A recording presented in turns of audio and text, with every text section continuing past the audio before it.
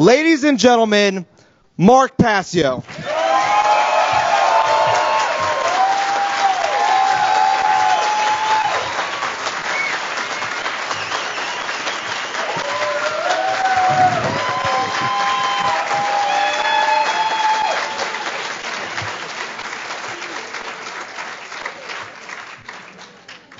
Thank you so much. Thank you all for being here today at this phenomenal event with the greatest minds of our time assembled right here at this very conference. My talk today, ladies and gentlemen, is entitled The Cult of Ultimate Evil, Order Followers, and the Destruction of the Sacred Feminine. And I just want to put this slide up here at the very beginning to set the tone for what this entire presentation is going to be all about, because that is what the order followers of this world are actually taking aim at. They are taking aim at the goddess. They are taking aim at the dynamic of care that is barely still alive in our world. And ultimately, they are the ones who are going to snuff it out if it is to be snuffed out. Before we begin, I always start my presentations with a few warnings, if you will, or caveats, so people know what to expect. I think most of you know what to expect, but there may be some new listeners out on the internet that aren't familiar with my work, so I'll just run through this quickly. You will not be seeing or hearing anything new here today in this presentation. As the old saying goes, there is nothing new under the sun. And what that ancient phrase actually means is that the truth has always been here. It is eternal. It is up to us to recognize it.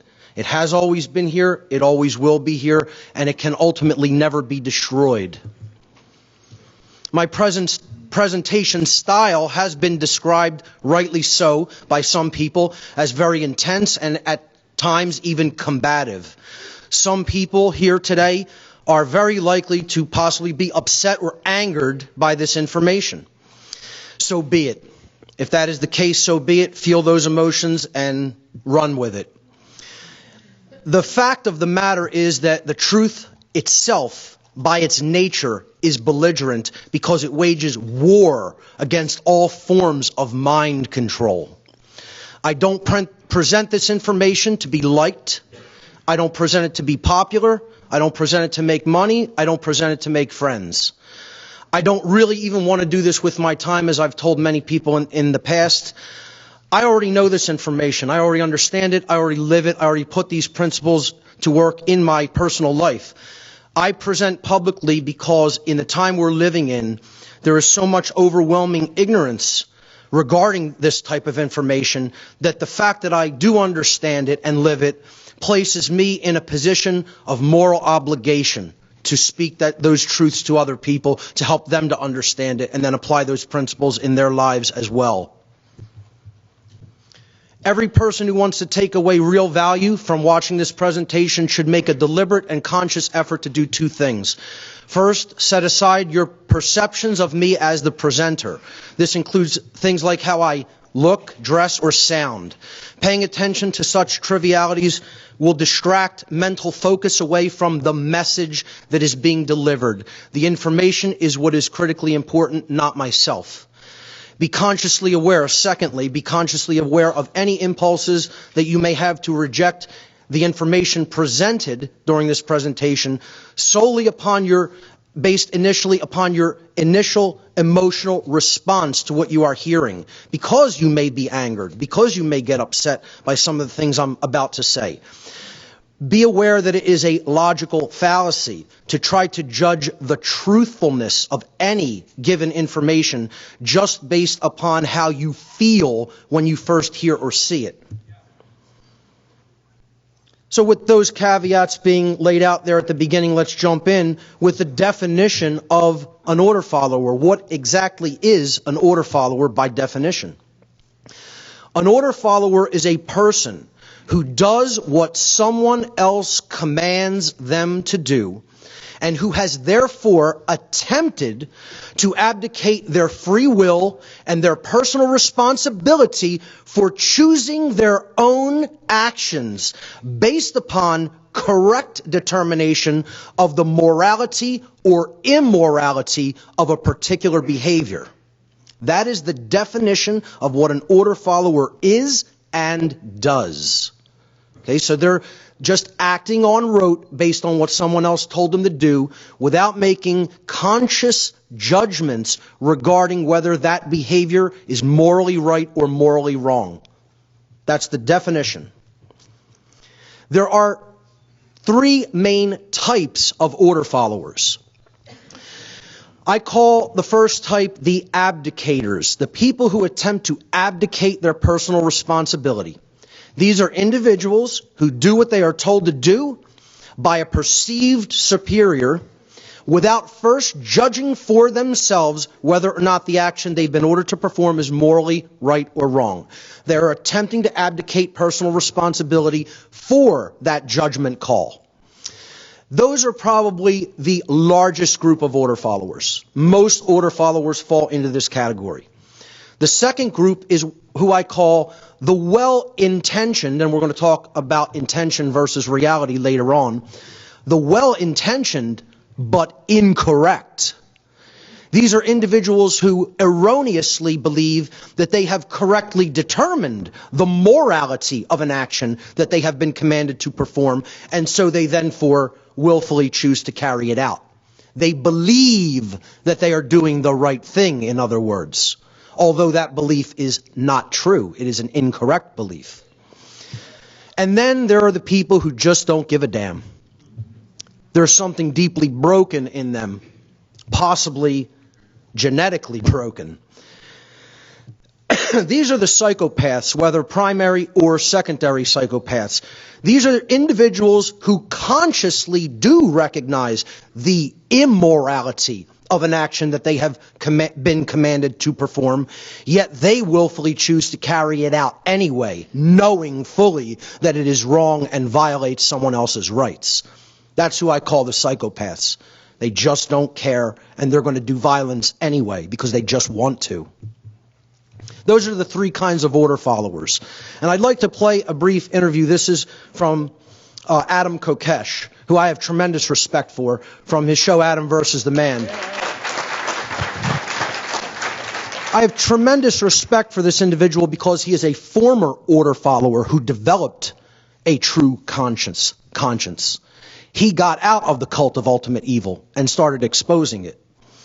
And he's going to interview a member, an active member of this cult, as we will see that it is, a typical order follower. So I'll let this video speak for itself. Hey, what's happening, Staff Sergeant? How you doing? Hey, my name's Adam. Nice to meet you. I was in the Marines. I do a YouTube channel now called Adam versus the Man. You mind telling me what it's like being here for inauguration? It's a great thing to be here. Right on. Can I ask about what you think of President Obama? Well, I support our new leader, and that's pretty much all I really feel about that. That's what I'm talking about. That's what I'm talking about. Support our leader. He's our new Commander-in-Chief. Go, Obama! Tell us your moment to shine. Get off the So when you enlisted, you swore an oath to the Constitution, right? Yes. And do you think Obama's policies are constitutional? I don't really follow politics too much. So you swore an oath with your life to support and defend the Constitution against all enemies, foreign and domestic, and you have no idea what that means. Hey, sounds good to me, sir, if that's the way you want to put it. Really? That's it? That's it. That sounds pretty dangerous. It sounds like following orders without question. Nope, I just do what I'm told by my leaders, so that's pretty much it. I leave the politics to other people. So you do follow orders without question? From my leaders, yes. Yeah. So if they told you to do something that was immoral, you wouldn't question it. You wouldn't wonder what the basis of that was, or where that order came from, or what its real purpose was. You just do it because someone told you to, and they're paying your paycheck. Hey, whatever you want to say, sir. Hey, don't call me sir. I was a sergeant. There you go. I worked for a living. Okay. But I got out and I found out what was wrong with following orders without questioning them. And I found out that when I was in Fallujah in 2004, with the Marine Corps Civil Affairs team, we weren't really serving the people or protecting people. We were serving the politicians and the banksters and the war profiteers. I mean, doesn't that bother you to know that you're a pawn in all that, and that you allow it to happen by just following orders without question? Hey, whatever way you feel, sir. Well, I'm asking how you feel. It's not really important how I feel. Feelings have been conditioned out of you? You're a soldier now? However you feel, sir. Well, is there anything else you want to say on the subject for posterity? No, sir. Well, let me tell you, hey, you got to stop calling me sir, man. All right, sir. Staff Sergeant? Oh, all right, I see how it is. Well, there's an organization called Oath Keepers, and it's about people who take their oath to that Constitution seriously and want to make sure that things like what happened in Katrina, where there were soldiers and National Guard troops asked to take away citizens' firearms who were trying to defend themselves, or troops being used against the American citizens. They want to make sure that doesn't happen. Would you be interested in having a little a more understanding of your oath and commitment to the Constitution that you swore an oath to support and defend? I'm good the way I am, sir. Really? Doesn't that make you part of the problem? Hey, if there's a problem, I'm not aware of it. Is ignorance bliss? Could be, sir. Could be. I don't think you're as dumb as you make yourself out to be. I think you're playing me off. Might be, sir. You might be. I'm pretty confident in that, actually. All right. You're smarter, aren't you? You know what I'm talking about. Well, I got a job to do, sir. What's your name, Staff Sergeant? Bob. What's your last name, Staff Sergeant? That's all I got, sir. You're a public servant, are you not? Sounds good to me, sir. You don't want any kind of accountability for what you're saying, do you? No, sir. Well, you don't have any name badge on. Special Police, Staff Sergeant Bob. Thank you for your time. I hope you'll at least take the advice of an older veteran and think about some of these issues. Have a good day, sir. All right, appreciate it. Yep. That is a member of a cult.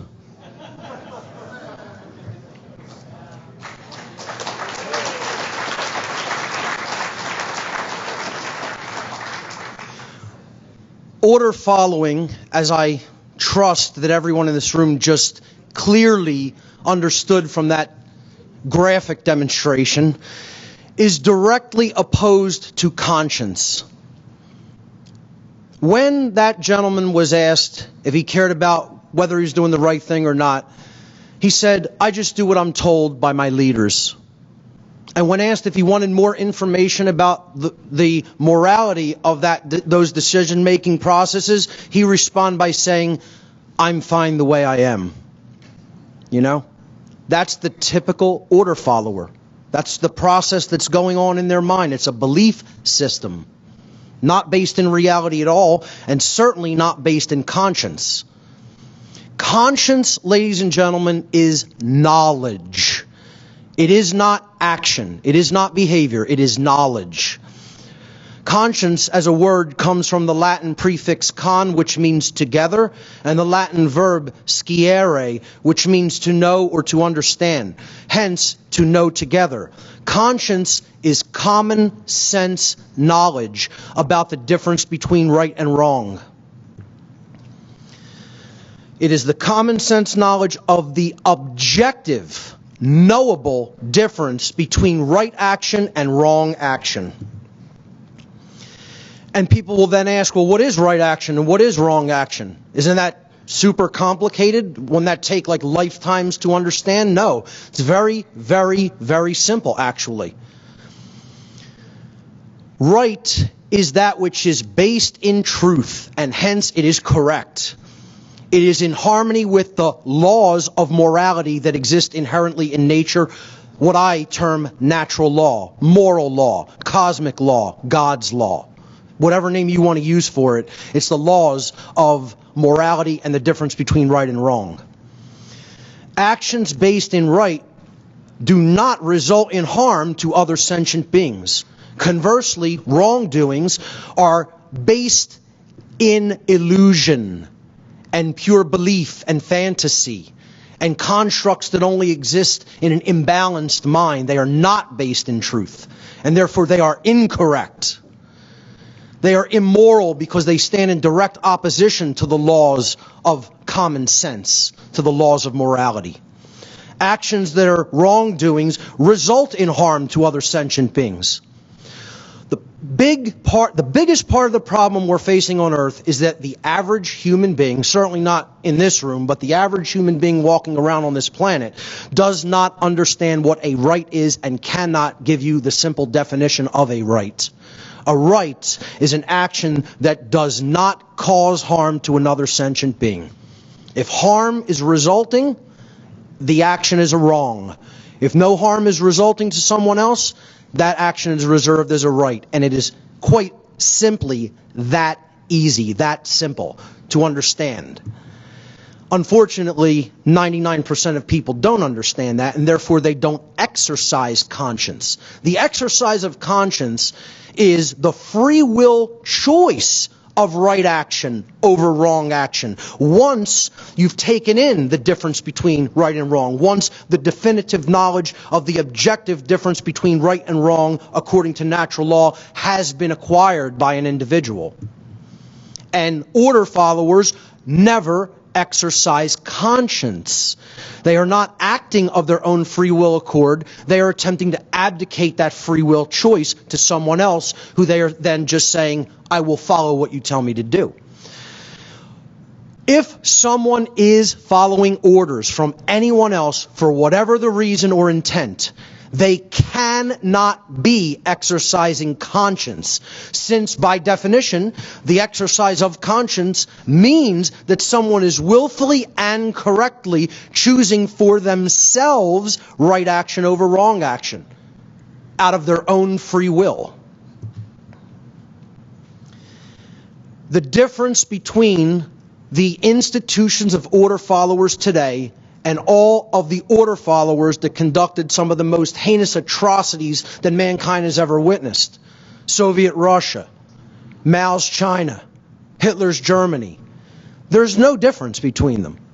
They are just as immoral. They are just as incorrect. They are just as ignorant, and they are just as cowardly. And people can get as offended as they want by that. It's nothing that anybody, however anyone reacts to it, is not going to make that an untrue statement. I'm going to really attempt to offend some people's delicate sensibilities in this section, because I'm going to do something that the human ego abhors. And that's make blanket statements, but blanket statements that are nonetheless 100% true. I'm going to make 3 true blanket statements regarding order followers. All order followers. 100%. 0 exceptions. Ever in the history of the world, these statements have been, are now, and will continue to be true forever. All order followers are bad people. All order followers are bad people.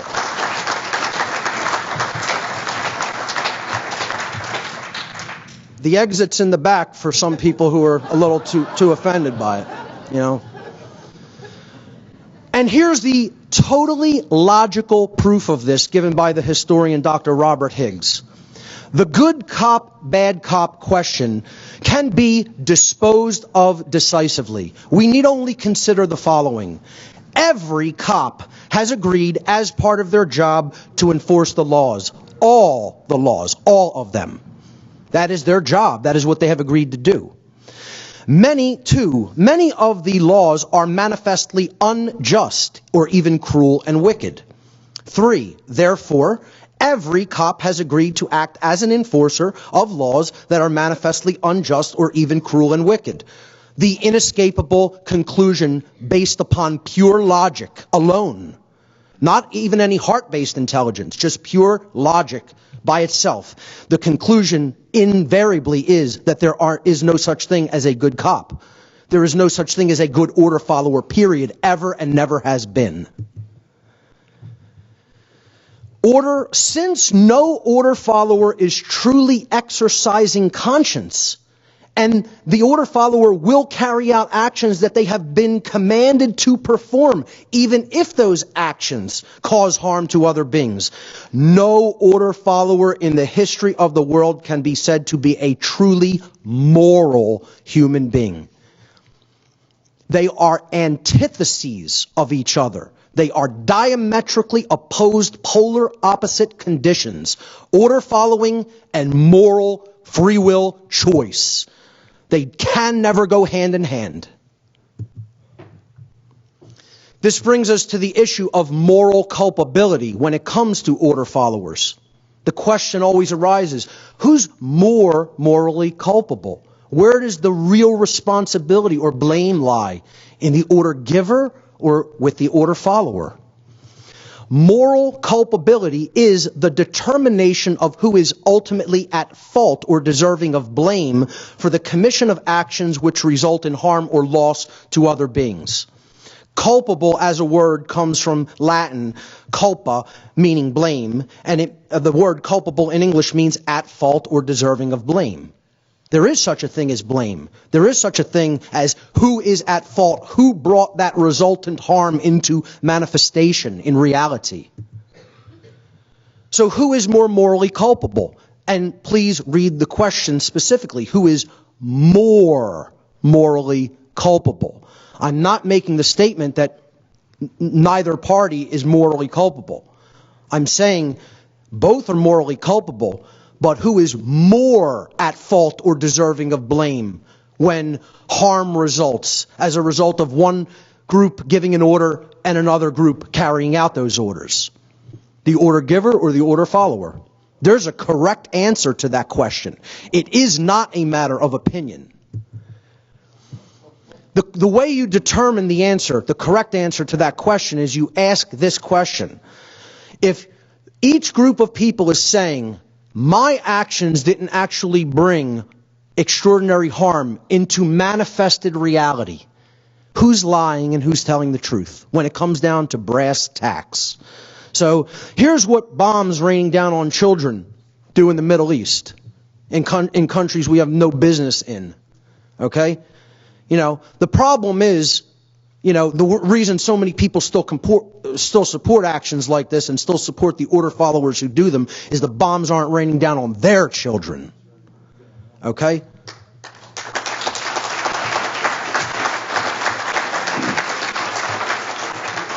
So who's lying and who's telling the truth? Well, the painful answer is those politicians aren't lying. Their actions didn't cause that.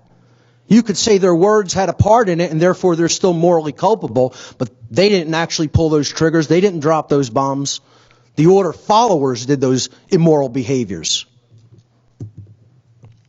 The painful truth, the order follower always bears more moral culpability than the order giver, because the order follower is the one who actually performed the action, and in taking such action, actually brought the resultant harm into physical manifestation. Order following is the pathway to every form of evil and chaos in our world. It should never be seen as a virtue by anyone who considers themselves a moral human being. Order followers have ultimately been personally responsible and morally culpable for every form of slavery and every single totalitarian regime that has ever existed upon the face of this planet. This is the result of following orders, invariably, to its inevitable conclusion: genocide, mass death, mass graves. People committing themselves to evil that they even know is evil, and they give themselves over to it because, hey, I was just doing what I was told. I was just doing my job. Just following orders. I was just following orders, or I was just doing my job, is never a valid excuse or justification for immoral criminal behavior. And this lame attempt to abdicate one's own personal responsibility should never be accepted as a valid excuse for such criminal behavior. Unfortunately, too many people let people like this off the hook, off the line, because they accept this justification that, oh, you were just following your orders, you were just doing your job. Well, oh, okay. Well, that excuses you somehow. No, it doesn't.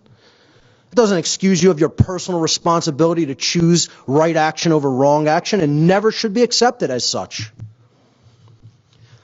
The word justification comes from the Latin noun jus, which means law or right in Latin, and the Latin verb facere, which means to make or to create. Thus, the word justification, with those two root forms together, actually means to create a right, to attempt to create a right which did not actually exist in nature. You're inventing rights. You're saying a wrongdoing can somehow become a right, something that you're allowed to do under the laws of morality. So, here's a little internet meme. This is a picture of a criminal who didn't obey the law here on the left side, and some other guys who are just following orders. Order followers are ultimately the servants of evil in the world. Evil cannot accomplish its goals or its objectives without people willing to carry out the evil, because they were told to carry it out. A great quote by Gandhi, he said, "You assist an evil system most effectively by obeying its orders and decrees," talking about the order followers in the world. An evil system never deserves such allegiance. Allegiance to it means partaking of the evil. A good person will resist an evil system with his or her whole soul. Beautiful quote. I wholeheartedly concur. I want to talk a little bit about intention, the intention of the order followers. You'll hear a lot of New Agers bring this up. Well, doesn't the intent matter? Doesn't what they actually intended in their mind matter so much? Absolutely not. It's meaningless. Intention, when it comes to carrying out immoral behaviors, is meaningless. Your behaviors either caused harm to another being or did not cause harm to another being. What you intended has absolutely no bearing on that. The action has all the bearing on that. And the action only. And that's what our souls will be judged upon.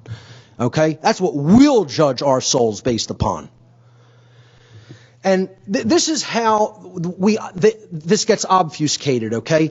How reality is actually structured and built, how we experience our reality in this powerful, very simple building block demonstration. It all begins with knowledge.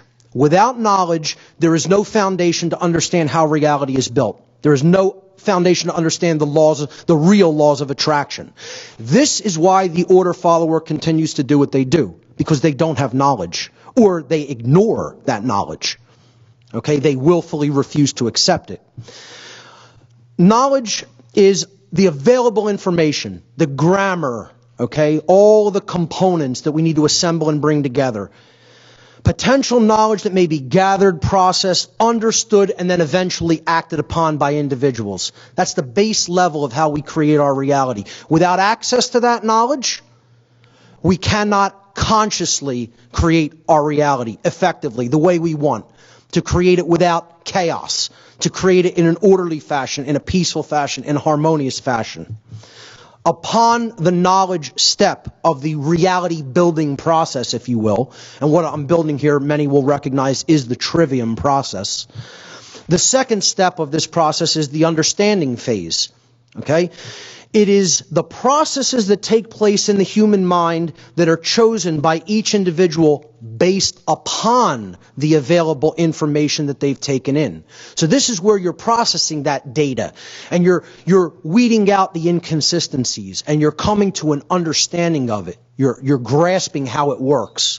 Without that knowledge being present, you can't understand. You cannot move to that second step at all. This is why dark occultists and people who want to keep the world in thrall, in slavery, always try to control the availability of information first and foremost. Because they want to cut people's ability to consciously create reality off at the root. The third step of this trivium process is wisdom. Right action. And you'll notice I put on all the building blocks, or lack thereof. Without knowledge, there's ignorance. Without understanding, there's confusion. Without wisdom, there is folly. Wisdom, or the behavioral stage of the reality creation process, is based upon each individual's behavior. Each individual's behavior is based upon the quality of their decision-making processes in step 2, which are in turn based upon the quality of the available information they took in step 1. Then we get a result in the real world. We get a manifested result. Is it order? Is it chaos? Is it peace? Or is it destruction? Is it life or death? Is it what we say we wanted, or do we get the opposite of what we said we wanted, suffering? The manifested reality, the quality of the condition with which manifests in any society is always based upon the aggregate, the collective quality of the behavior within that society. This process is what all order followers do not understand. They do not have any knowledge of how the reality that they are unconsciously co-creating is structured or works. And that information is deliberately held back from them, never offered, and they don't seek it out because they're looking to abdicate their responsibility. And we'll get to why that is. They don't understand natural law. This is why an order follower cannot be a good person, because of this lack of knowledge. We're ultimately talking about the lack of conscience, which is knowledge. The natural law expressions. It all starts with either love or fear, and it moves down unilaterally through these progressions.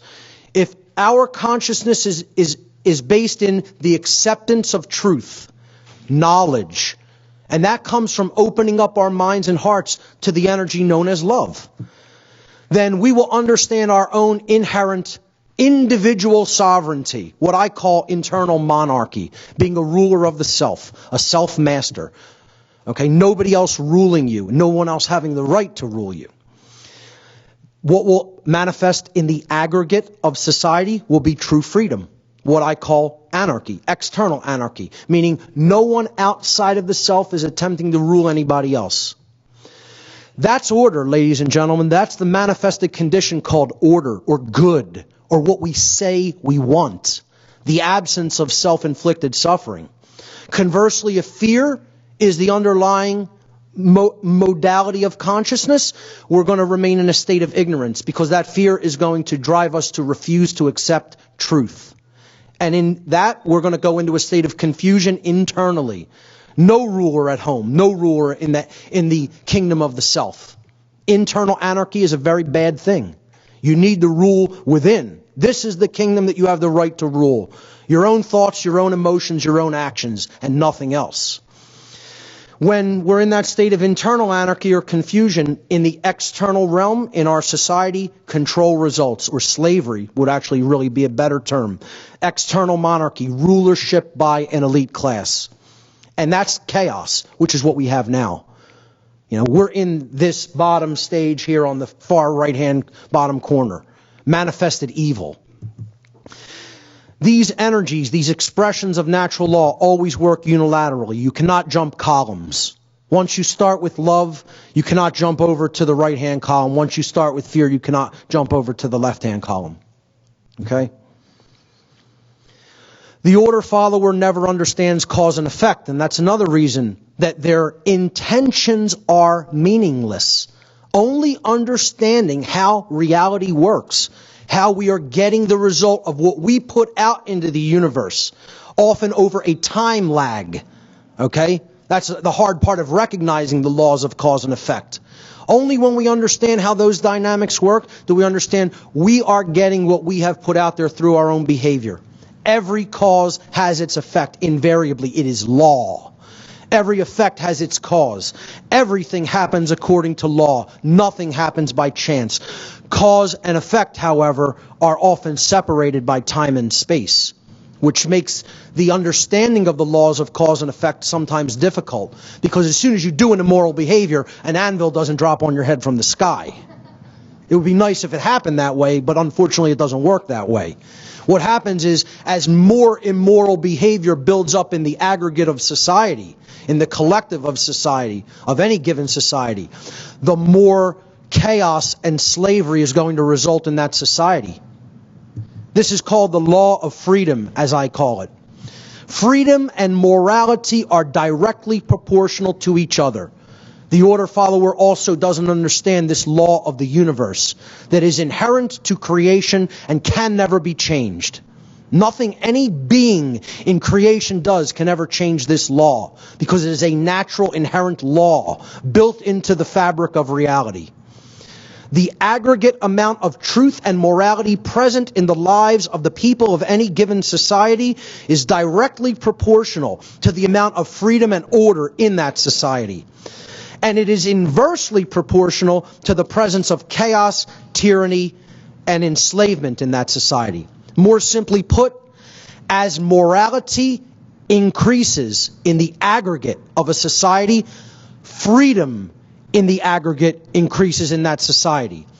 As the society in the aggregate becomes more immoral collectively, slavery increases in that society and freedom dies in it. And that's why freedom's dying in our society, because the vast bulk of the human population is making immoral choices. And in the aggregate, that adds up and equals chaos and slavery. That's the key to understanding how reality works, folks, which is why I put that gift of a key out there. That's the overarching law of creation and the overarching law of attraction that's operating in the universe. That's the real law of attraction, not the fake nonsense New Age variant of it. Second blanket statement: no order follower ever is a truly intelligent being. No order followers are truly intelligent. Now, an order follower can be an intellectual being, but they cannot be an intelligent one. There's a huge difference between the two. Oh, you could know how to solve differential equations and solve complicated physics equations. Yeah, an order follower can do that. But what they lack is heart-based intelligence, the sacred feminine dynamic of true care. Therefore, they can never be holistically intelligent. Left brain intellect does not equate to intelligence. Only when we take in the generative principle of care and compassion that the right brain opens up to us can we become truly holistically intelligent. And since all order followers exhibit both forms of brain imbalance, left brain dominant tendencies when it comes to dealing with those they perceive to be their subjects, and right brain dominant tendencies when it comes to dealing with their perceived superiors, no order follower can be said to have a truly balanced brain or balanced psyche. Therefore, they cannot be holistically intelligent. One way you can actually scientifically prove this is through brain scans, PET and SPECT brain scans, which I touched on early in my work in the What on Earth is Happening series. This is a brain scan from the ventral view, the underneath view of the neocortical brain, of a person who is in the state of what's known as EEG coherence, which means global brain balance between hemispheres. The right and left brain hemispheres are operating in a state of balance. Holistic intelligence is at work in this person. That's the typical brain of an order follower. Those black areas are not damaged physical areas of the brain. They are areas of electrochemically deadened activity in the neocortex of the brain. Scientifically provable with the most advanced type of brain scans available today. And that's what a person with a completely imbalanced brain looks like. In other words, your typical order follower. The reason for this is because the left and right brain hemispheres govern different types of functions when it comes to human capacities. The left brain is the analytical, logical, repetitive and organized and detail-oriented part of the brain, the analysis-oriented part of the brain. That's the intellect, the masculine component. Then there's the feminine component, the intuitive, the compassionate, the nurturing side of the brain, the sacred feminine component of the self, if you will. It's creative, it's imaginative, it's compassionate, it deals with the big picture, intuition, etc., creativity. Without that sacred feminine component, a being is only a half human being at best. And the order follower is generally completely dominated by the left masculine brain hemisphere. And hence they are destroying the sacred feminine aspect of themselves, not just destroying the sacred feminine aspect of care within society because of the immoral behaviors that they take, but they're actually cutting off part of themselves, because the masculine and feminine component is not just in male and female. These need to be present in balance in all of us, regardless of gender. True intelligence comes from a blending and balancing of both of these dynamic energies. Only when they are operating in unison and harmony equally can true intelligence be born. The coming together of the sacred masculine components of the consciousness and the sacred feminine components of the consciousness to give birth to true intelligence. No order follower has true intelligence and never has. Only when you stop being an order follower can you develop true holistic intelligence.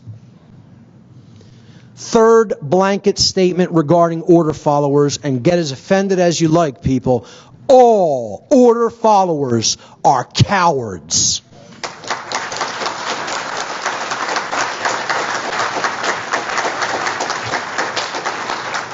Since no order follower actually possesses the knowledge of conscience in the degree required, and the spiritual fortitude in the degree required to refuse to obey the commands from their perceived so-called quote-unquote superiors, no order follower can ever be said to have true courage.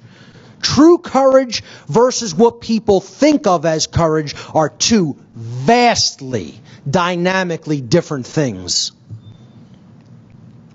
True courage is saying no to evil. Be that guy.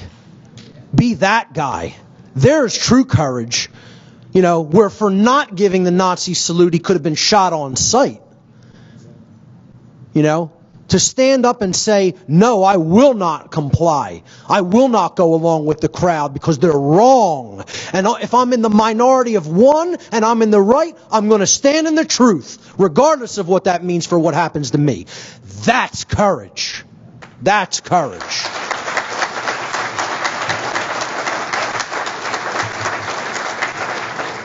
True courage lies in the lost word, saying no. You want to see where the real hero is in that picture? It's the one that didn't show up to partake in the evil. That's the hero. That's the person with real courage. One of my best friends in life, Michael Falsetta, recently said to me, Mark, you're the most fearless person I've ever met. And I said, I refuse to accept that, Michael. I am not fearless. I have fears. Many of them. True courage is not the absence of fear. True courage is right action in spite of fear.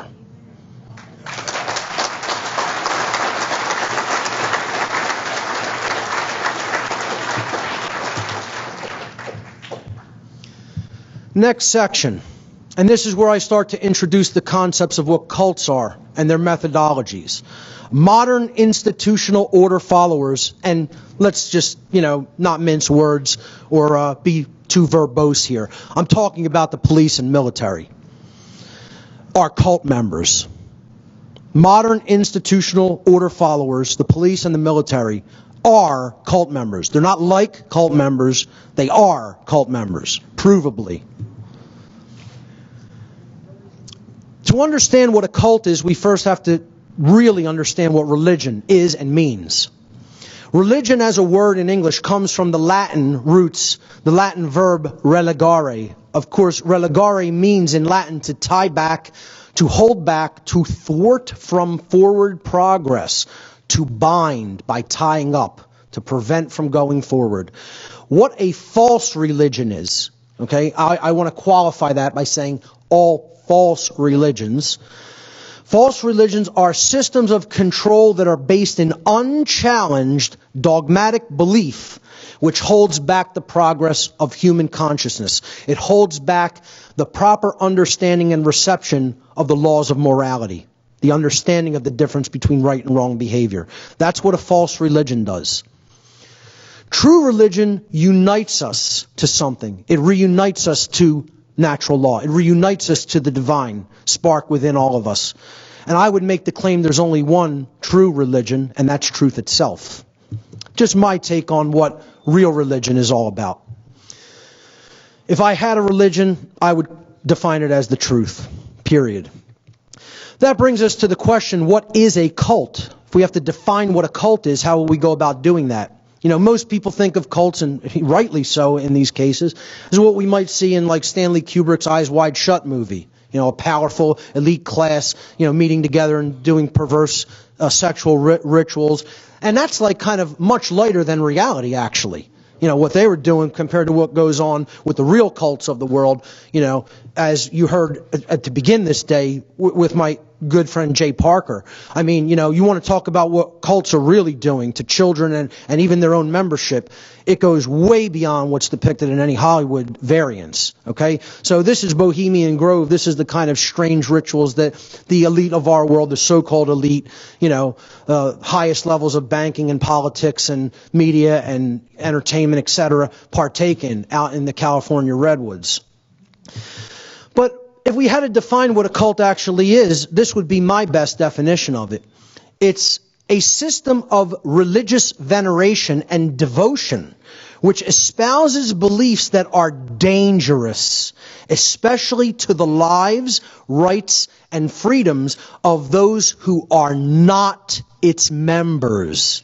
That is what crosses over the line of being a religion just based on belief that holds back your understanding of truth, and when it goes into the realm of being a cult. A cult's beliefs are dangerous to others because cult members erroneously believe that they have rights which they actually do not possess in nature. This is what real modern-day cult members look like, more so than the images you just saw on the last slide.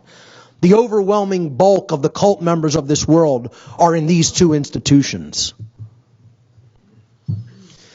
How the cult system is maintained is through hierarchy and compartmentalization, visualized in a simple pyramidal structure where knowledge is compartmentalized at the top, and the few at the very top are completely in the know. And then all the ignorant followers, the ignorant hordes of followers who are just going along for a paycheck or because they don't want to be singled out or because they don't want to be thought of as by their other peers as, oh, you went against the family, you went against the collective, You rebelled against your programming somehow. These ignorant masses are not in the know at all. They're not given any of the information they need to make truly informed decisions. That's how the cult is maintained. Let's look at some of the cult beliefs of order followers. What are the belief systems of the cult of ultimate evil? Cult belief number 1. We place our faith in authority. The cult of order followers rigidly believe that there is such a thing, that it exists in nature, that it is the most natural thing that can exist, and that, God forbid, we ever should do away with that concept. Authority is an illusion. It does not exist in nature. Regardless of what anyone believes, doesn't exist in nature. It exists only within a diseased mind. Authority is based entirely in violence, and it is built upon the erroneous and dogmatic belief that some people are masters who have the moral right to issue commands, while others are their slaves who have a moral obligation to obey the commands of the masters. And that's not my definition. That's what authority is, period. That's what the belief in authority is. That's what the illusory construct in a diseased mind of what authority actually is. It does not exist in nature. It only exists in a mind that is completely, severely imbalanced and does not understand truth or reality at all. What these people believe in and condone, regardless of what anyone wants to call it, I'll call it what it really is: slavery. Period. And from day one, I told people what my show is ultimately about is that I stand against all forms of slavery. Physical, mental, spiritual, manipulative slavery, soft mind control, any form of it. I want to see slavery in all of its forms abolished forever because it's based in violence, it's immoral, and it results in chaos and suffering. And it's unnecessary because it's self-inflicted. It's self-inflicted through the cult belief system. And so many people who are not direct members of this cult are ancillary supporters of it, have this cult mentality as well. And we're going to talk about them in a future section. Cult belief number 2. The second belief of the cult of ultimate evil. We have rights that others don't have. The cult of ultimate evil believes in the inequality of human rights. Order followers erroneously believe that they possess rights that others do not. Due to their cult indoctrination, they refuse to accept the truth that everyone has the exact same rights, and that no one has any more or less rights than anyone else. The cult of order followers believes that human beings can decide what rights people have or do not have. They think that comes from us, that rights come from us, that we get to make up rights based in just constructs in the mind, our whims, our likes, our preferences. Rights don't come from human beings. A right is just what I said it is, an action that doesn't cause harm to another. If you performed an action that doesn't cause harm to another, that's a right. If you performed an action that does cause harm to another, that's a wrong. And those actions exist in nature. They are real world natural conditions that we put into effect through our free will. Therefore, we don't determine whether a right is a right or a wrong is a wrong. That happens inherently as a result of the behavior itself. It's built into creation. It's something that is inherent. We don't get to make it up. So the cult followers also believe that human beings are actually capable of delegating rights which do not exist. They think we can turn wrongdoings into rights and say, oh, you're allowed to do that wrongdoing. You're allowed to inflict harm upon someone else and cause suffering. You know, some magical authority can grant that to you. We'll see how this religious belief works, how this cult belief works very soon. And they also believe that they are capable of revoking rights which actually do exist, preventing someone from carrying out an action that doesn't result in harm to another being. That's what the cult of order followers believes, that they have a right to do that, to prevent right action from being carried out. Cult belief number 3 of the cult of ultimate evil, the order followers of this world: government is our God. This supernatural entity that can grant rights or revoke rights. It can determine morality based upon its whim, the legislative stroke of a pen. I can write something down and I can make it moral. I could say the next day, oh no, we were wrong about that. That's prohibited now. Now it's immoral, and you could be punished for doing it. I mean, if you believe this, folks, you know, it's a naive child's mentality, which is what ultimately all these people are. They're people who have never grown up, and they have mommy and daddy issues, as we're going to come to soon. They have parental abandonment issues going on psychologically, whether they are even aware of them or not. I'm going to play a video about the cult of statism, the cult of the belief in government authority. Okay? Just listen to the complete contradiction that you're about to hear from a former United States Senator. Let me see if I understand your position. Basically, would you say that it's wrong for the citizens to initiate physical force against other citizens like an armed robber does? Unless we permit but that it's okay by law. It's okay for the government to do so. Because the government has been authorized by the people. Okay, but if the government authorized armed robbers to do it, it would be okay? If the government is that foolish to do so, I don't know what kind of country that would be, but that's legal, and if it's constitutional, so be it. Okay, so you think that it's wrong for a citizen, an individual citizen, to initiate force against others to deprive them of their property, but it's okay for the government to do it if the majority has elected that government to do it? It is okay if the government is authorized to do so. The government is authorized to levy taxes and the authorization comes from the people.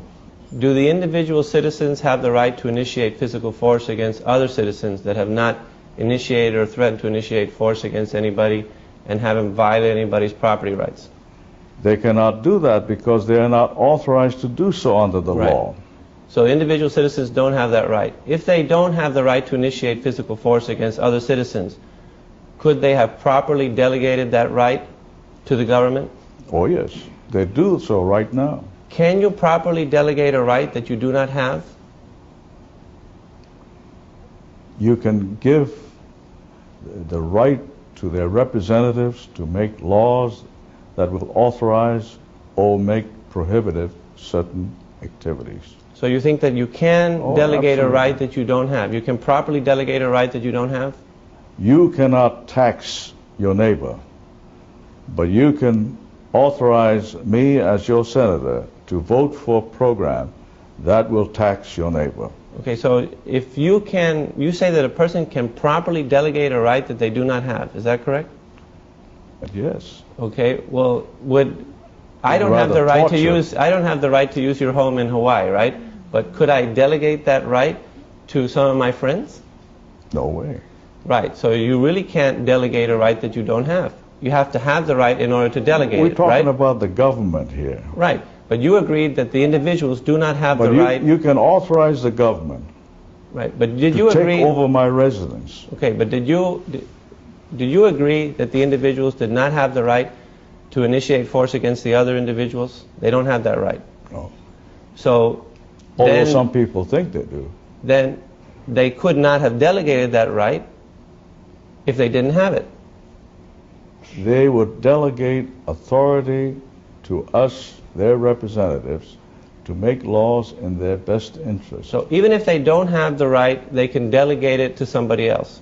To make laws that might Right. do that. So then you think that you can actually delegate a right that you do not have. The individuals do not have the right to initiate force against others. I would suppose, as individuals. well, if they get together, then all of a sudden they have the right? If they authorize the government to do so, yes. Well, if If they nobody... authorize the government to enter into a war and kill people, that's a right. It seems like there's a contradiction there as far as if you say that all legitimate governmental powers derive from the people. You agree that the individual citizens do not have the right to initiate force against other citizens, then it would seem clear that they cannot delegate that right to the Why don't we government. just leave it this way? We disagree. Why don't we just leave it at this? I'm in a cult and government is my God.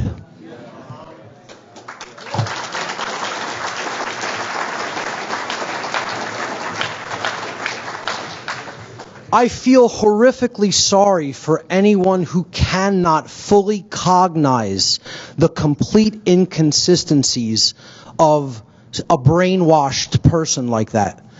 Whoever cannot see the logical fallacies and total inconsistencies in this person's total perversion of cognitive processes, I feel they are just as sick as this individual is, if it can't readily be seen. So let's talk about the techniques of cults. How do the cult leaders keep the cult lower down members, the rank and file, in line?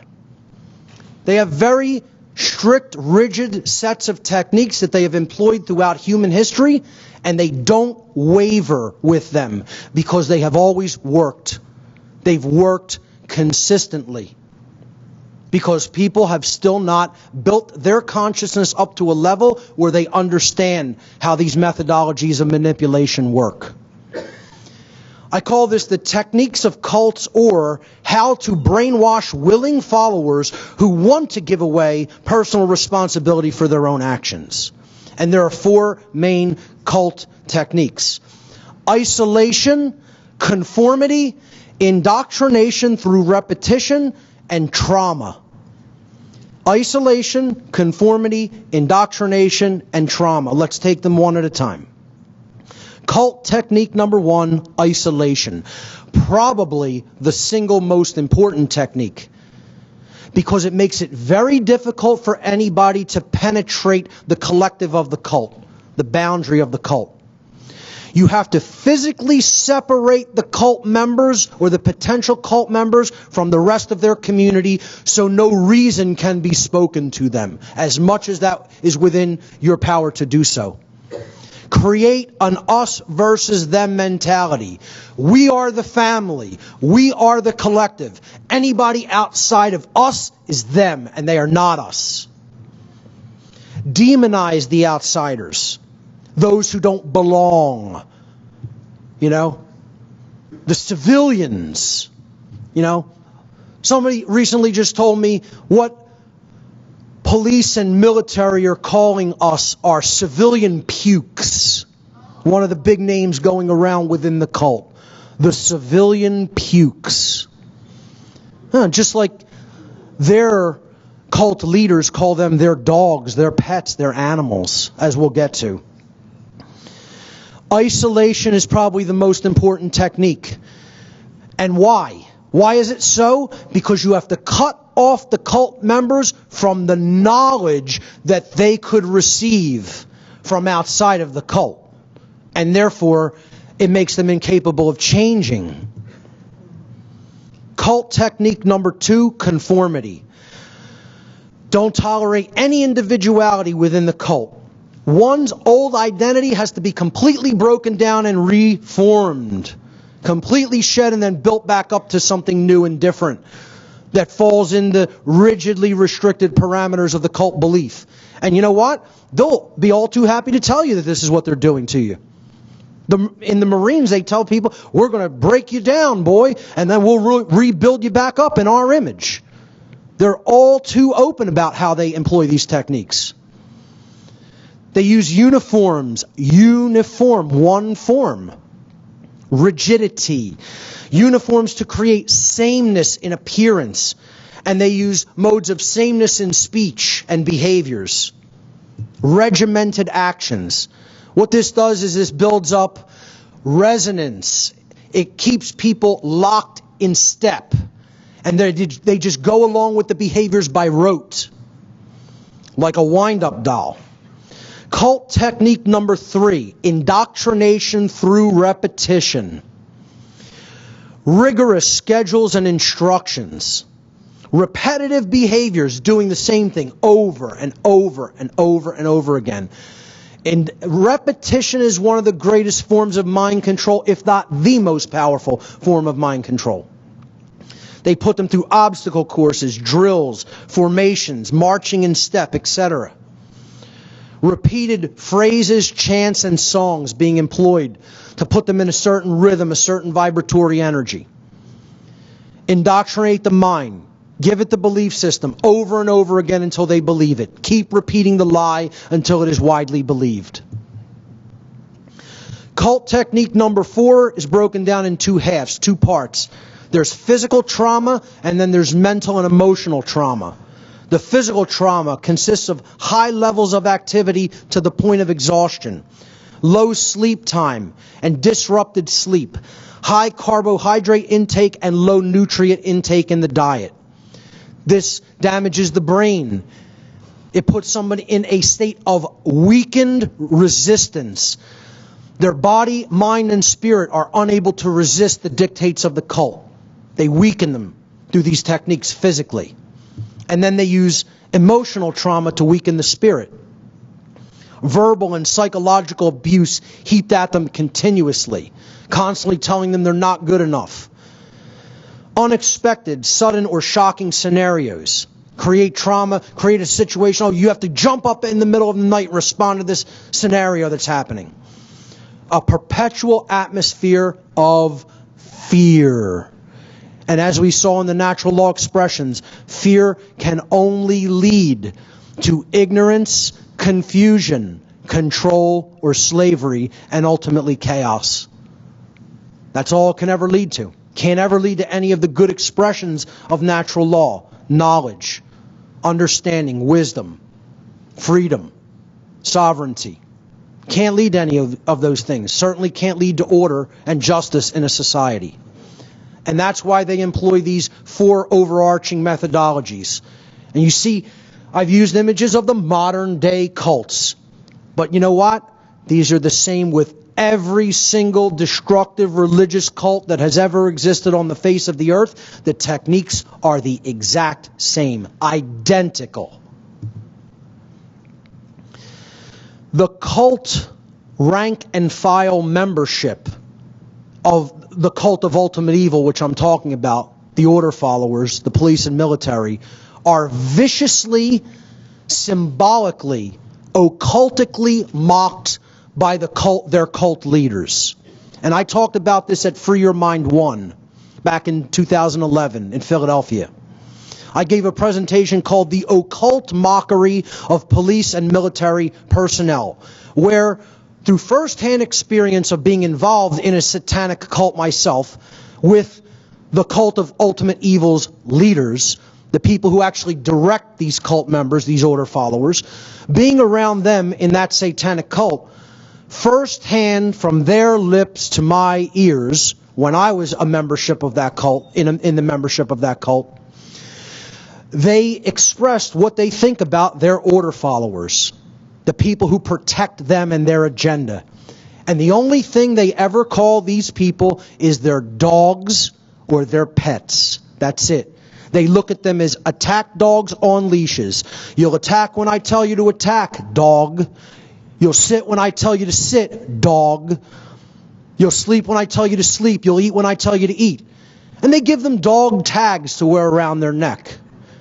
And they put all kinds of dark occultic symbolism all over their brain. The checkerboard floor of the house in Freemasonry represents total ignorance, total unconsciousness. The complete lack of understanding of the difference between right and wrong is what the checkered floor represents. Well, why would the cult leaders wrap it around the brain of their followers? Around the brain, symbolically. And then let's throw an inverted pentagram that represents the destruction of the human spirit and the raising of dualistic tendencies, duality, confrontation, conflict, us versus them mentality. You know, put that right on the third eye and the crown chakra, why don't we? Yeah, we're not ritualistically mocking anybody who doesn't even understand our language, our symbolic language. No. They call them their dogs, and that's what they're doing, getting to eat their worthless fiat currency out of a trough, out of a dog bowl. The supporters of order followers constitute ancillary cult membership.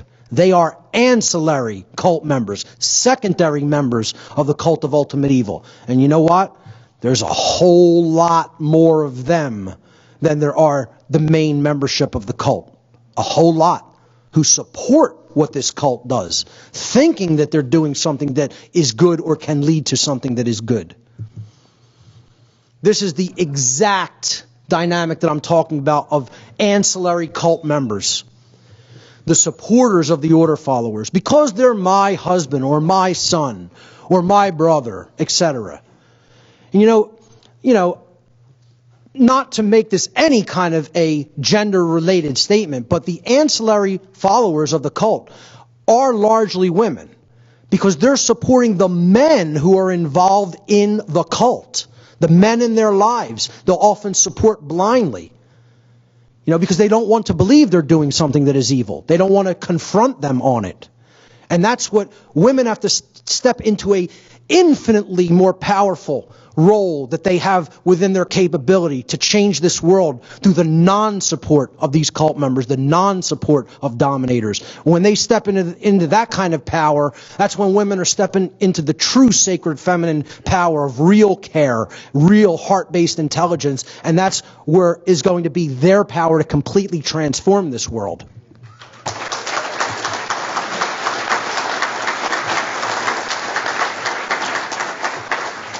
But you know, the supporters of order followers are everywhere. Men, women, children, etc. You know, he should have obeyed the law. They're crucifying him for a legitimate reason. They're just doing their jobs, just following orders, you know. And of course, this is just, it's allegorical. It's about how people just support evil and put down the thing that's actually trying to tell them to do the right thing. You know, destroying conscience, destroying the sacred feminine essence.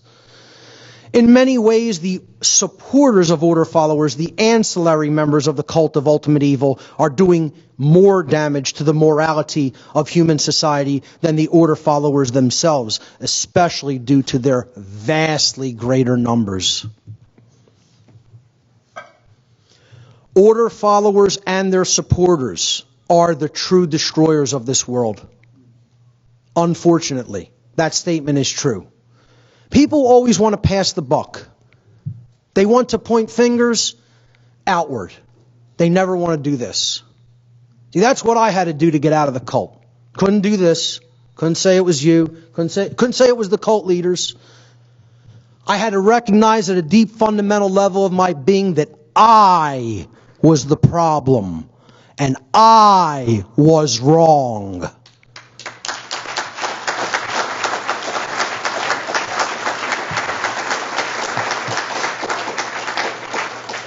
You know, we want to pass that responsibility on to, the people in the upper echelons of power, the politicians, which aren't really in the upper echelons of power, they're the puppets. But they think of the politicians as the one who are there, the international bankers, even the actual cult members, the real legitimate cult members that are part of the satanic, worldwide network of Satanism and dark Luciferianism. Ultimately, those aren't the people who are destroying the world. Are they taking a role in it? Without any question. Should they be held responsible? Without any question. Who's ultimately bringing that harm into physical manifestation?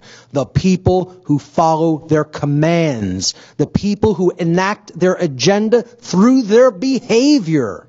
These are the creators of the dark New World Order. The order followers are ushering in the new dark age, not the order givers. The order givers play their role. But the order followers are the ones who bring the harm into actual manifested reality. Order followers are the destroyers of the sacred feminine dynamic of care. This is the background for my entire presentation. I brought it up as the first slide for people to contemplate at the beginning. They are taking aim at the goddess principle, the non-aggression principle, true care, the compassionate and nurturing aspects of the being. That's what they're destroying within themselves. And then through the violence and the slavery that they're enacting and supporting through their behaviors, they're destroying that dynamic of care outwardly in a wider sense in society. And this is the state of the sacred feminine dynamic of the people of the earth. The goddess is weeping, ladies and gentlemen. And she needs to be rejuvenated desperately. And we need to be the people to help rejuvenate that sacred feminine energy. Let's talk about the solution. What is to be done about this? What can be done about this? Is there a solution? Yes, there is. The solution is the people right here in this room.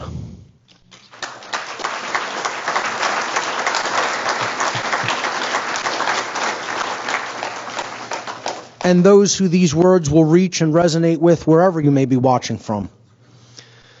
The solution is what I call the great work, or the infiltration of the cult of ultimate evil. We need to infiltrate the cult. We need to break the first technique of cults, isolation. This is where most people get a little timid, a little afraid. You want me to speak what you're talking about here to people involved in the police and the military? That's the only solution. That's the only way we're going to get out of this mess without bloodshed. What is the great work?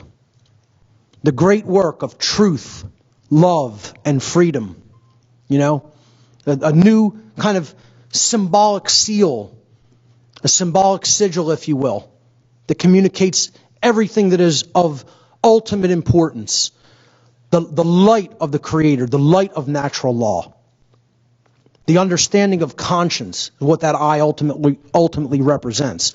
We need to stop thinking about that as the dark occultists, the dark Illuminati. We need to take that symbol of the all-seeing eye back, because the Illuminati are seated in this room.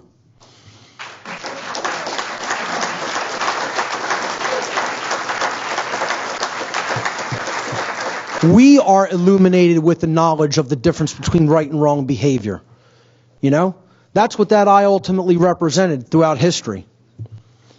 To do the great work is to do the hardest work there is to do. It is to try to move the human race into uncharted territory, into the unknown country, into a place that many fear to go because they've gotten so comfortable in their slavery. The great work is the arduous task of influencing others.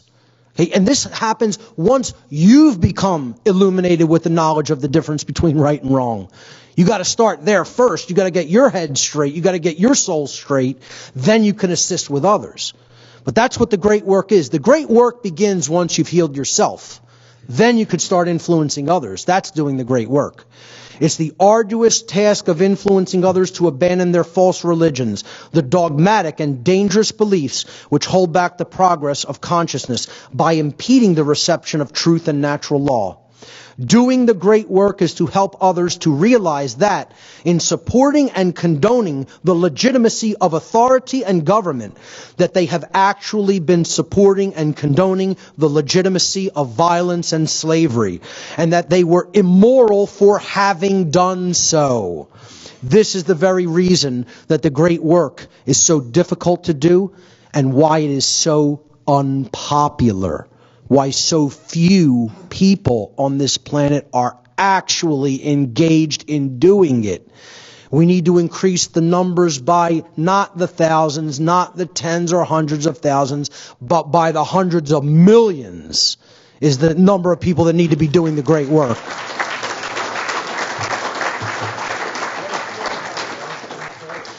Involved at the highest level of doing the great work is our own deep understanding of the psychological factors that are at work in the order follower. Because if we don't have that knowledge, how could we possibly help them to heal and overcome this condition of being indoctrinated into a cult? So we have to understand where their mindset is. Why are they acting in the capacity as order followers? What's going on in their mind and soul that's making them want to behave this way? And this is what I call the tree of evil, okay? It's willful ignorance, but that's just the top portion of the tree, the leaves and the little twigs. Then we go to the branches, the refusal to own one's personal responsibility, the fear of personal responsibility. That's at a deeper level of the imbalanced psyche. Then we go deeper into the darkness, deeper into that world of dark matter that needs to be drudged up and transmuted. You know, the long dark night of the soul, the shadow material, if you will. The trunk of the tree is self-loathing, self-hatred. And the reason these people hate themselves is because they have a very deeply instilled lack of self-respect and self-esteem. And there's often an overarching, underlying reason for that. Because they have parental abandonment issues, which is what I call the roots of the tree of ultimate evil. Understanding those deep underlying psychological, often unconscious or subconscious psychological roots is where we need to go. And parental abandonment issues lies at the very, very base, at the very heart, if you will, of the psychological factors that make order followers want to continue to be order followers. They are looking for a family in proxy for one that did not exist or did not help them to become a better being. They have mommy issues and daddy issues, parental abandonment issues, whether physical, mental, psychological, emotional, or spiritual abandonment issues by their parents. And therefore, they are looking to fulfill that psychologically by proxy with a family, a collective family that basically acts as their new identity. And unless we understand that that dynamic is at work and where their mindset is at, is that of a tortured child. And what they ultimately need is healing of that dynamic, transmutation of that dynamic by engaging with them and helping them to understand these psychological factors that are taking place within them. Until we commit to engage in that work, do not expect it to change, expect it to get worse. Because when these factors are not dealt with at a conscious level and healed at a conscious level, they eat us at a subconscious level. And eventually that subconscious level, those demons come into the real world and they eat us there too. And that's what's happening. We'll look at these dynamics one at a time. Willful ignorance. This is what doing the great work right now at this point in history should probably make most people feel like. Okay? We're the ones who know what's going on in our conscious, and a lot of other people around us are asleep. But you have to battle through that condition through willful persistence. Persistence is required to do the great work. Even if this is people's condition, you speak the truth to them anyway. You plant seeds that could blossom at a later point in time, once they've seen a little bit more and grown a little bit more. Never stay silent when it comes to issues of right or wrong. You have to speak that truth out into existence, into the universe. The fear of personal responsibility. Again, the abdicators, the biggest group of order followers. This is what they don't want. You heard the typical order follower that Adam Kokesh interviewed. You're trying to, abdicate that personal responsibility, aren't you? And he says, sounds about right. Par for the course. Just admitting it. He doesn't want that obligation on him. Well, you know what? Doesn't matter. It's on you whether you want it or not. An individual's personal responsibility to choose right action over wrong action for themselves is always their own and can never be, quote unquote, given away to someone else. One can only make the claim, the erroneous claim, that they are abdicating personal responsibility for such moral decision making to someone else. You can't actually do that in reality, in nature. You can only make the claim that you're doing it. And it's a false claim at that. It can never actually be done in reality. More simply put, an individual is always responsible for their own actions. There are no cop-outs, pun intended. You cannot pass the buck to someone else. I love David Icke's quote on this from one of his early books. He said, "Accept responsibility for yourself and your actions, thoughts, and words. You alone make choices. You alone are answerable to the consequences of your behavior. The feeble excuse that your boss required it, the establishment expected it, holds no truth or justification. What is the point of having principles if you allow others to dictate your behavior? At the end of the day, you will judge your performance and the contribution you have made to creation. It will not be based on what another expected of you or what you did because you felt trapped."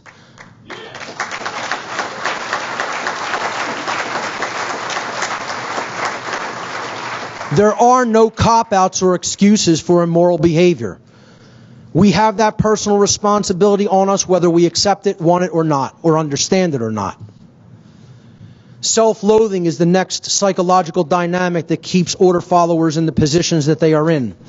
Self-loathing is one of the main underlying psychological conditions that causes people to attempt to abdicate their own personal responsibility to exercise conscience and to fall into patterns of order following and justification. Just as it is not possible for an order follower to truly be exercising conscience, it is not possible for an order follower to truly love themselves. Not possible. No one who is actively involved in the dynamic of order following can be an individual who truly loves themselves. At some core psychological, spiritual level of their being, they are engaged in self-hatred. Self-loathing is created when an earlier trauma technique of the cult has been suppressed and buried into the subconscious mind instead of being confronted, dealt with, and healed directly. Such trauma could take the form of feelings of inadequacy, whether real, suggested, or imagined. And that brings us to parental abandonment. That's what's creating those feelings of inadequacy. See, this image is what's known as a golem, a being that isn't actually imbued with a soul but can perform rote behaviors. And it's holding this sign that says, I have suffered, and therefore I shall cause suffering. And that is the path to slavery. That is the mindset of the perfect slave. Anyone who wants to just continue to inflict harm and suffering just because they've gone through harm and suffering themselves is putting themselves into a deeper prison.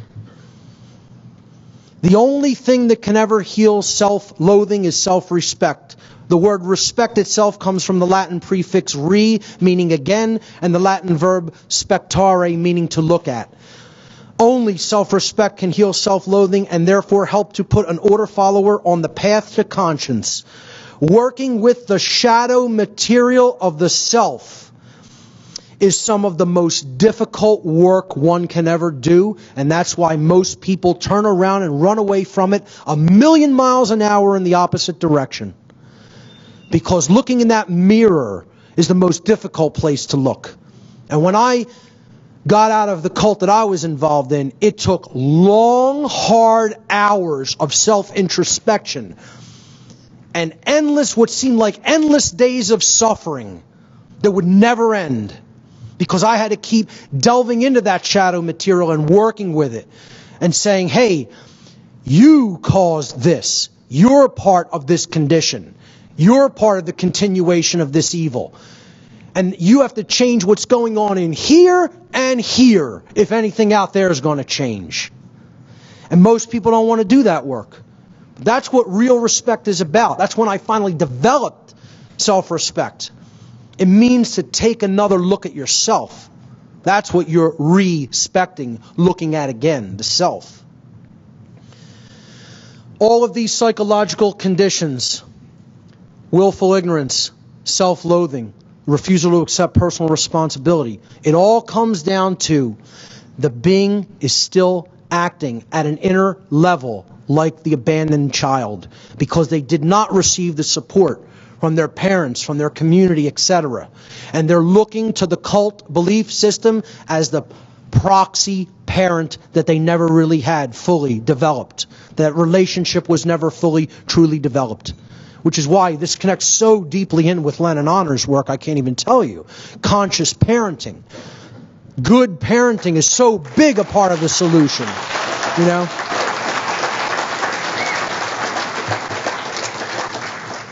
It's all about ending the abuse victim cycle that is so much a huge part of cult behavior.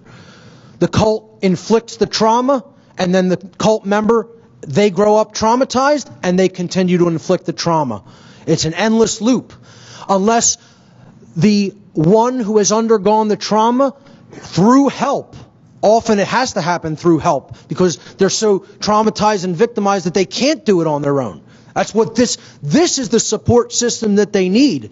Those who are going to reach out and do that great work with these people, you have to be that support system for these people to help them to go through that narrow pathway to healing, where the experiencer of trauma is finally healed through applied knowledge, care, and will. And most of all, through the sacred feminine dynamic of care. Cult members often have a fear of chaos, of what would happen if this thing I've always known and always been a part of would suddenly be gone. How would I live? What would be my identity? How would we do things that we've been doing, with this system in place if it wasn't in place? True freedom, ladies and gentlemen, includes infinite possibilities. No better definition of true freedom in my book. By definition, infinite possibility includes the possibility of chaos manifesting. We cannot fear that possibility. The possibility of the manifestation of lower orders or small amounts of chaos taking place in our world must be embraced without fear. Or even, not necessarily without fear, but again, with courage. Accepting, even if you fear that, that's a contingency and you'll work through it. You'll exercise right action in spite of that fear, in spite of that possibility for chaos. The manifestation of chaos can be a powerful teacher, which brings us to the painful but often indispensable lessons of what we should not do. the apophatic lesson. Understand what is a right by understanding what is not a right. Understanding what was the right path to go down. If you go down the wrong path and you make a mistake, you have to be able to consciously recognize that, admit that you were wrong, turn around and get back on the right path. That's what really understanding the self is all about. That's what really having true self-respect is all about. The ability to admit that you were wrong and learn from your mistakes. Ultimately, the fear of this idea, it can never work out if we do things differently. The fear of the possibility of chaos equates to the fear of true freedom. We have to shed that fear if we want to move forward. And we have to help the order followers shed that fear. Through their fear of the possibility of chaos, order followers advocate the legitimacy and the continuance of authority and government. And therefore, they are actually advocating the legitimacy and continuance of violence and slavery. They think they can get rid of those conditions by what they continue to do, when what they continue to do can only continue to create those conditions. Pure logic, ladies and gentlemen. Those who believe that authority is necessary and that it must continue have actually been duped into believing that human slavery is necessary and must continue in order to prevent chaos. Violence and slavery cannot prevent chaos because violence and slavery are chaos.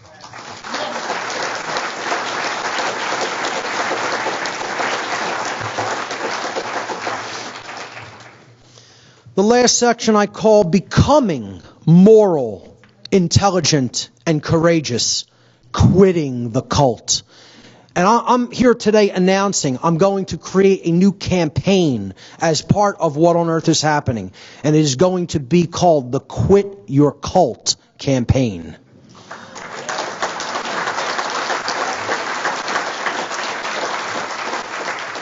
We have to make this almost a mantra. You know, so far to date, I'm going to tell you my tally that I've racked up. 2. I got 2.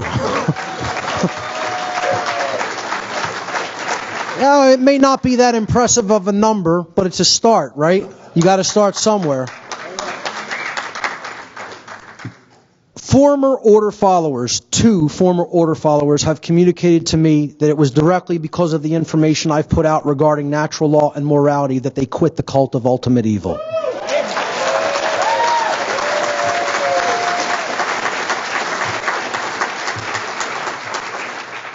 We need the return of the sacred feminine energy, which is the dynamic of true care, nurturing, and compassion. You know, last year, 2 years ago at the Free Your Mind conference back in 2013, I gave a lecture called New Age Bullshit and the Suppression of the Sacred Masculine, which is about how the New Age religions ultimately want to create a dynamic of not taking action, of suppressing the masculine, the sacred masculine dynamics of the personality. What this lecture is all about are the forces that are trying to suppress the sacred feminine aspect of the consciousness and personality. The sacred feminine, or the lost principle, as I refer to it, is the dynamic of care. What we care about on a day-to-day basis acts as the driving force of our thoughts and, most importantly, the driving force of our actions. Therefore, care can be seen as the ultimate generator of the quality of our experience. This principle has been often referred to as the generative principle, the creative principle. The word generative is derived from the Latin verb generare, which means to create. What we care enough to put our will behind, what we care enough, what we use the sacred feminine care enough to put our will behind, the sacred masculine action of will, dynamic of will, is what ultimately gets created in our world. This is the real law of attraction, the real law of manifestation. The world is the way that it is today, sadly, because most people do not care enough, even if they say they want things to be different, to change the world through their actions. This is why the dark occult, the cult of ultimate evil, the order givers of the cult of ultimate evil engage in a ceremony yearly, a symbolic ceremony called the cremation of care, immolating care symbolically. And their order followers continue to do it right here in the real world, not the symbolic world, the very real world of behaviors. There's two principles that constitute enlightenment, and we need to engage both of them if we're going to see the return of both the sacred masculine and the sacred feminine. The sacred feminine principle is the principle of non-aggression, the non-aggression principle. The first pillar of enlightenment is this sacred feminine principle. It is also called the non-aggression principle. It states, very simply, do not engage in violence. Violence is the immoral initiation of undue physical force which one does not have the right to take against their fellow being. In other words, do not immorally initiate non-rightful use of physical power to coerce, constrain, or compel the rightful physical behavior or free will choice of other sentient beings. Don't engage in violence. Along with that, wedded to that, in union, in sacred union with that, is the sacred masculine principle of self-defense, which I talked a lot about at last Free Your Mind 2. The second pillar of enlightenment is the sacred masculine principle, also called the self-defense principle. This principle states sentient beings have the inherent right to use force to defend themselves from violence conducted upon them by another. Never to initiate that force, but to use it in response to violence that has been waged against them in proportion to that violence. That's the sacred masculine principle of self-defense. True enlightenment is the sacred union of both of these principles, the sacred feminine principle of non-aggression combined with and wed to the sacred masculine principle of self-defense. Only when we create that sacred union between the sacred masculine and sacred feminine within each of us are we going to see real world change happen. This is the alchemical wedding, as it has been referred to as. And it's beautifully, symbolically depicted here on the tarot card, The Lovers. Once again, I just want to reiterate the powerful role, especially that women can play in this sacred union of bringing forward the care and the compassion to help transmute the consciousness and the mindset of the order followers. Because let's face it, these order followers who are really bringing this harm into manifestation are largely men doing the bidding of their cult leaders. Okay, it just happens to be men are the physically stronger of the genders here on Earth, of our species, and therefore they're groomed for that role, the out of control masculine aspect, the dark masculine aspect. But women can play the powerful role of transformers if they step into that courage and they challenge the cult of ultimate evil, challenge its validity. On its face, it needs to be challenged. It needs to be recognized as inherently illegitimate authority and government and the violence that they conduct. So women can help men who are involved in that cult to break free if they step into that courage and they step into that sacred feminine dynamic. Then that sacred feminine energy can drive the sacred masculine energy. Because care ultimately has to drive the will. This is what was meant by the phrase, love is the law, love under will. Love has to be the foundation. Higher consciousness has to be the foundation upon which you build the sacred masculine will. So the sacred feminine has to be the foundation. That's true care. Then you could build the true will, the sacred masculine dynamic upon that foundation, that sacred feminine dynamic of love. The sacred feminine drives the sacred masculine action.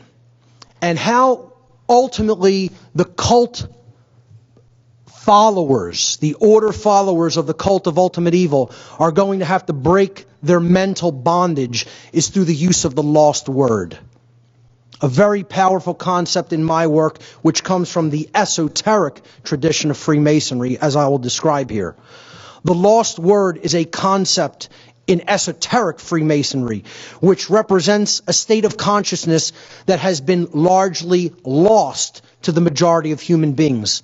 In order to speak the so-called lost word, a human being must work upon themselves in order to achieve a state of non-contradiction between their thoughts, emotions, and actions.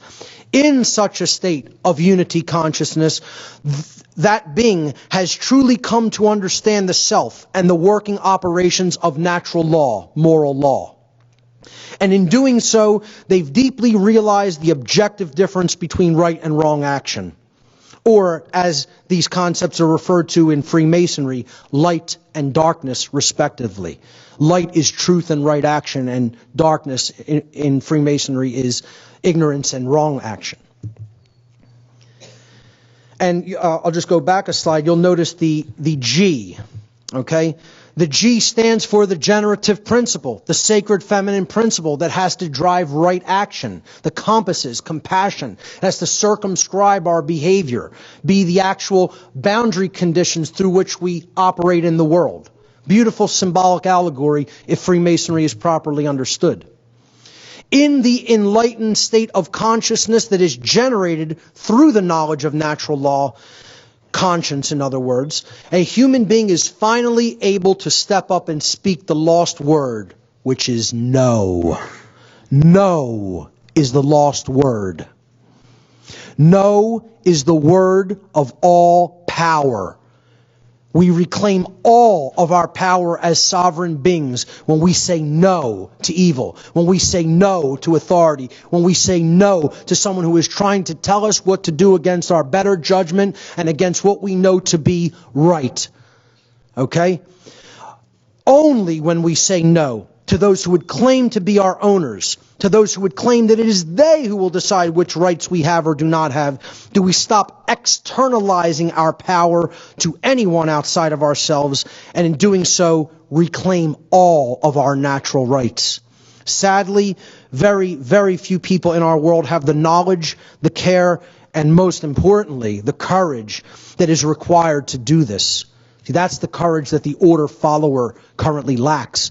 They can only develop that courage to get out of the cult through the lost word of saying no to evil. Unfortunately, since so many lack that courage, that is why the all-powerful lost word is considered lost to humanity. But we can reclaim it. We can reclaim it through the knowledge of our rights, through the knowledge of right versus wrong behavior.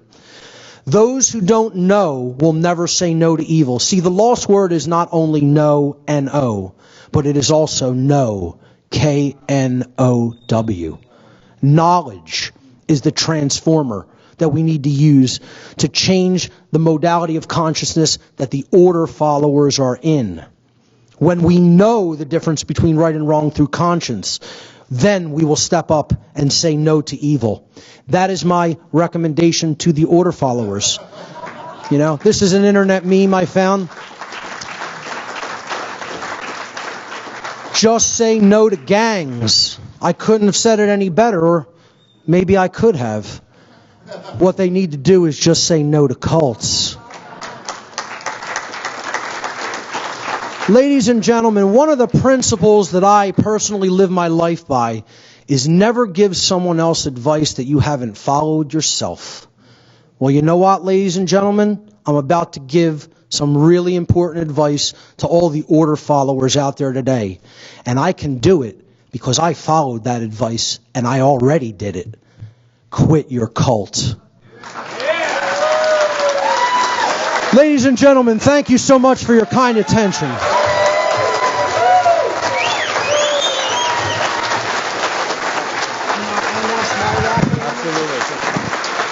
Mark Passio.